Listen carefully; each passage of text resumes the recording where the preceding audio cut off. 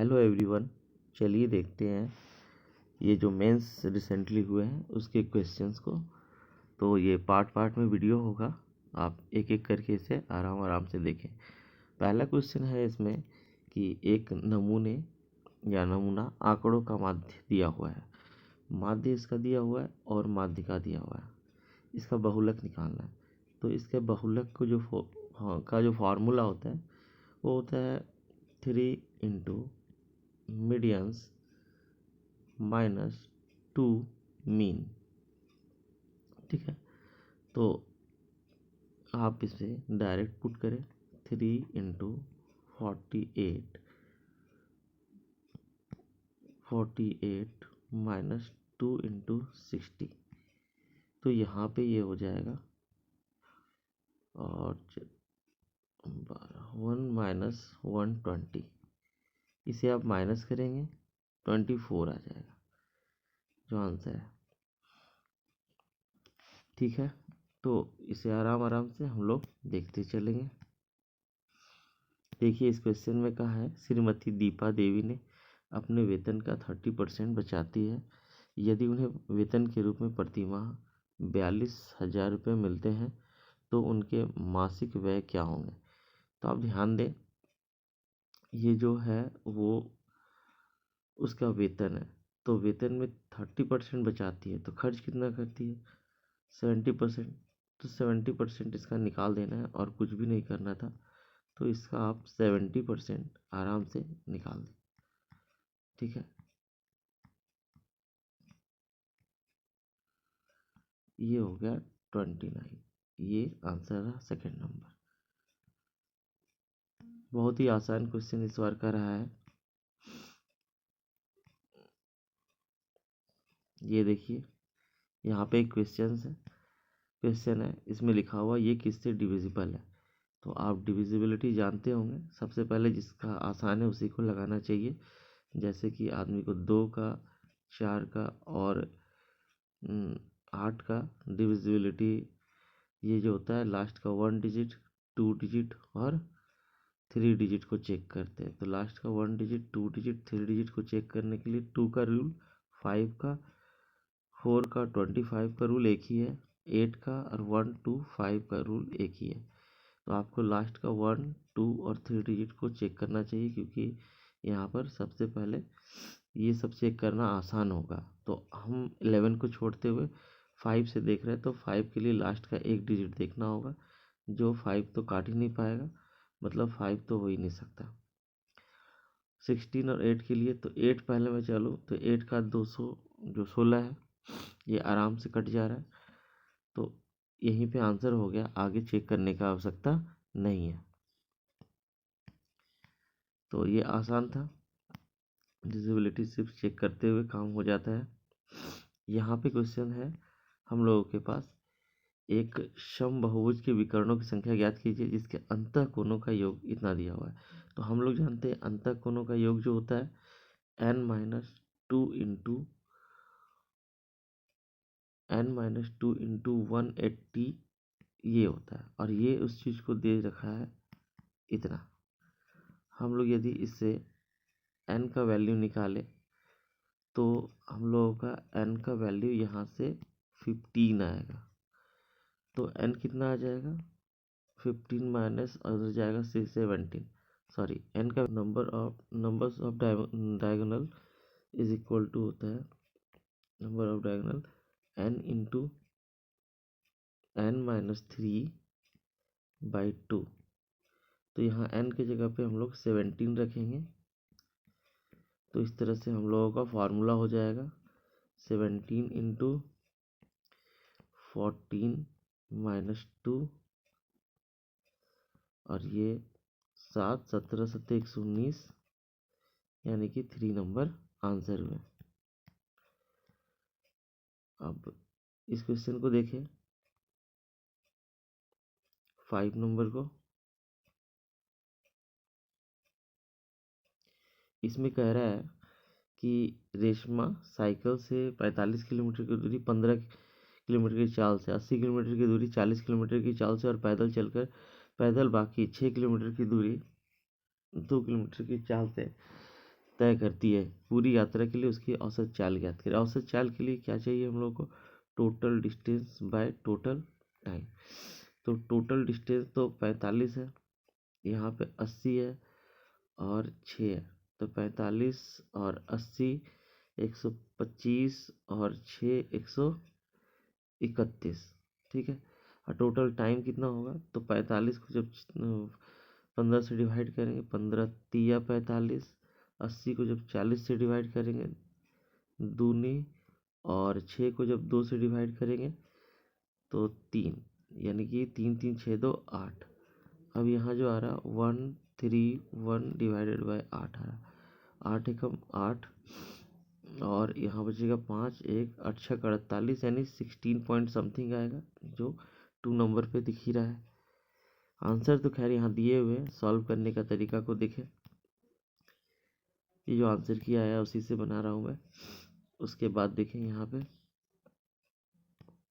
पे एक ट्रायंगल, एक ये जो है राइट एंगल ट्रायंगल है, समकोण त्रिभुज है, जो बी पे समकोण है। तो ये ए होगा, ये सी होगा। यहाँ पर ए बी जो है ना वो 12 है, और सी ए बी जो है, सी ए बी यानी ये वाला बीच वाला एंगल दिया हुआ है 60। हमसे बोला बी सी की लंबाई 60 के सामने निकालने के लिए हमेशा जो बगल वाला पी बी में बता रहा हूँ, यानी परपेंडिकुलर बेस में ये सिस्टम 60 के सामने वाला निकालने के लिए √3 से मल्टीप्लाई करते हैं। तो √3 से मल्टीप्लाई कर लीजिए। ठीक है। कभी मैं पूरा राइट एंगल ट्रायंगल पे एक वीडियो बना दूंगा, ऐसे ट्रिग्नोमेट्री में मैंने ये बताया है। तो ये जो है पूरा का पूरा सीधा सीधा दिया हुआ है, तो कोई दिक्कत नहीं है इसमें। इसमें आपको बोला है cos 120 का सटीक वैल्यू बताया। देखिए ये क्वाड्रेंट का पार्ट है, आपको पता होगा ऑल साइन cos 10, इसमें पॉजिटिव रहता है। 120 इसमें आएगा, जो साइन का घर नहीं है, सॉरी कॉस का घर नहीं है, तो इसमें ये माइनस में आएगा। मतलब यदि हम इसे लिखें तो इसे ऐसे लिखा जा सकता है cos 90 प्लस 30। सबसे पहली बात, ये 120 जो था ये साइन के घर में गिर रहा था, इसलिए माइनस में होगा। दूसरी बात, 90 से जब एडजस्ट होता है और 270 से एडजस्ट होता है तो कॉस को हम लोग चेंज कर देते हैं साइन में, तो ये उसका को इनवर्स फंक्शन में चेंज होकर साइन लिखा जाएगा, और यहाँ पर ये 30 हो जाएगा। अब बताए माइनस साइन 30 का वैल्यू कितना होता है? ये 1/2 होता है। 1/2 को हम लोग 0.5 भी लिख सकते हैं। ये 2 नंबर आंसर हो गया। अब देखिए यहाँ पे ये क्वेश्चन को, यहाँ पे कह रहा है कि x और y का महत्तम समापवर्तक 15 है, और इतना का एच सी एफ डैश से विभाज्य होगा।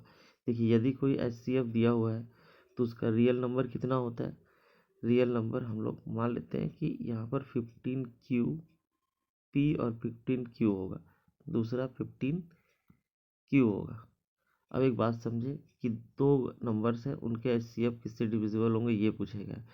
तो मैं इसे लिखूं तो लिख सकता हूँ 6x का स्क्वायर, इसे लिखूं तो लिख सकता हूँ 9y का स्क्वायर।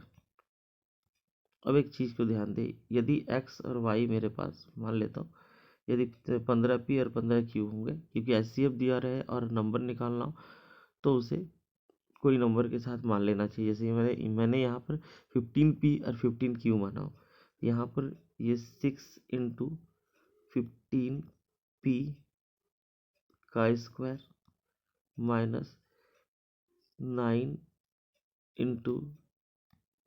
15Q का स्क्वायर कर दिया हूँ। अब ध्यान दें, ये दोनों टर्म में 3 से यहाँ भी कट रहा है, ये 3 से कट रहा है, तो 3 तो है ही कॉमन, लेकिन बाहर में स्क्वायर लगा हुआ है तो स्क्वायर कॉमन ले लेता हूँ। यहाँ पर जो है 15 और 15 है, तो 15 यहाँ भी कॉमन है, 15 यहाँ से भी कॉमन ले लेता हूँ 15 का स्क्वायर, लेकिन स्क्वायर लगा हुआ है इसलिए स्क्वायर कॉमन आएगा। अब देखिए जो चीज़ मैंने यहाँ से कॉमन निकाला है वो इसका सेकेंड पार्ट में भी होगा, क्योंकि जो अगले टर्म में है वो पिछले टर्म में, जो पिछले टर्म में वो अगले टर्म में, यानी कि 9 और 18 को सिर्फ वो आगे पीछे किया है, चीज़ तो वही रहना है। तो यहाँ भी वही चीज़, कम से कम न्यूमेरिक पार्ट तो यही कॉमन आने वाला है। अब हम लोगों को ये चेक करना है कि ये न्यूमेरिक पार्ट जो है ना, ये है कितना। तो 3 को हम लोग लिख सकते हैं, इस 3 को 9 इंटू 15 को लिख सकते हैं 15 इंटू 15। अब देखिए इसमें 2 तो कहीं भी नहीं है, तो 0 तो कहीं क्रिएट होने वाला है नहीं, और सीधा सीधा नज़र भी आ रहा है 15 नमा 135, तो ये वाला जो है ना इसका आंसर है। और बाकी बात ऑप्शन में 0 है, 0 तो तभी होता है जब कहीं ना कहीं 5 और 2 का कॉम्बिनेशन होता है, 5 तो है यहाँ पर, 2 है ही नहीं, तो आंसर तो यही होगा। और भी कोई मल्टीपल हो सकता था, ऑप्शन में के अनुसार होता ही है, लेकिन ये कम से कम इतने से तो डिविजिबल जरूर होगा। तो चलिए, उम्मीद है कि आप समझ गए होंगे। अब देखिए इस क्वेश्चन में क्या लिखा हुआ है, ए और बी मिलकर किसी कार्य को 48 दिनों में पूरा कर सकते हैं। ए बी का 4 गुना कार्य कुशल है, यानी एक तरफ मैं ए लिख लेता हूँ, एक तरफ बी लिख लेता हूँ। बी ए जो है ना बी का 4 गुना कार्य कुशल है, ये इसका एफिशिएंसी दे दिया है। आप एक बात बताएं, यदि यहाँ पर बोल रहा है बी का कार्य कितने दिन में पूरा होगा, हम लोग एक बात जानते हैं, total work done is equal to होता है एफिशिएंसी इंटू डिवोटेड टाइम, यही होता है। अब एफिशिएंसी कितना क्या है, तो दोनों मिलके काम किया तो दोनों का एफिशिएंसी 4 और 1 5 हो गया, इंटू इसका टोटल टाइम कितना लिया है दोनों मिलकर 48, ठीक है। यानी यहाँ पर से 240 आ गया। हमसे पूछा कि बी कितने दिनों में करेगा, तो बी की एफिशिएंसी से मैं डिवाइड दूंगा बी का टाइम के लिए। तो बी का एफिशिएंसी कितना है, बी का जो एफिशिएंसी है 1 है, 1 से डिवाइड करूंगा तो यही आएगा। तो ये जो है ना 240 आंसर होगा इसका। यहाँ पे देखें ये क्या है, यहाँ क्वेश्चन दिया हुआ है दिस दिस और दिस का मान ज्ञात करें। हम लोग एक काम करते हैं कि ऐसे में जब भी जो सबसे कम पावर वाला होता है उसी से शुरू करना आसान होता है। तो 2x प्लस वाई को हम लोग कुछ मान लेते हैं, जैसे कि k। अब दोनों के तरफ हम लोग स्क्वायर लगा देंगे, मानने के बाद इसका होल स्क्वायर तोड़ेंगे तो 4x square plus Y square plus 2ab, तो 2 इंटू ए कितना है 2x है, और b कितना है y है, बराबर ये k स्क्वायर आ गया। अब आप ध्यान से देखिए इस पार्ट का वैल्यू जो है हम लोगों का 40 दे रखा है, और ये एक्स वाई का वैल्यू 6 दे रखा है। तो यहाँ से 6 चक 24, 24 इसमें मैं जोड़ देता हूँ, ये हो जाएगा के स्क्वायर, यानी कि यहाँ से आ गया 64 बराबर के स्क्वायर। तो आप कह सकते हैं यहाँ से के इज इक्वल टू कितना आ जाएगा 8 आ जाएगा, ठीक है। उम्मीद है आप समझ पा रहे होंगे। अब इसके बाद का जो क्वेश्चन है मैं अगले वीडियो में बनाऊंगा, आप कमेंट करके बताएं इसमें से कौन सा टाइप आपको अच्छा लगा, बढ़िया लगा।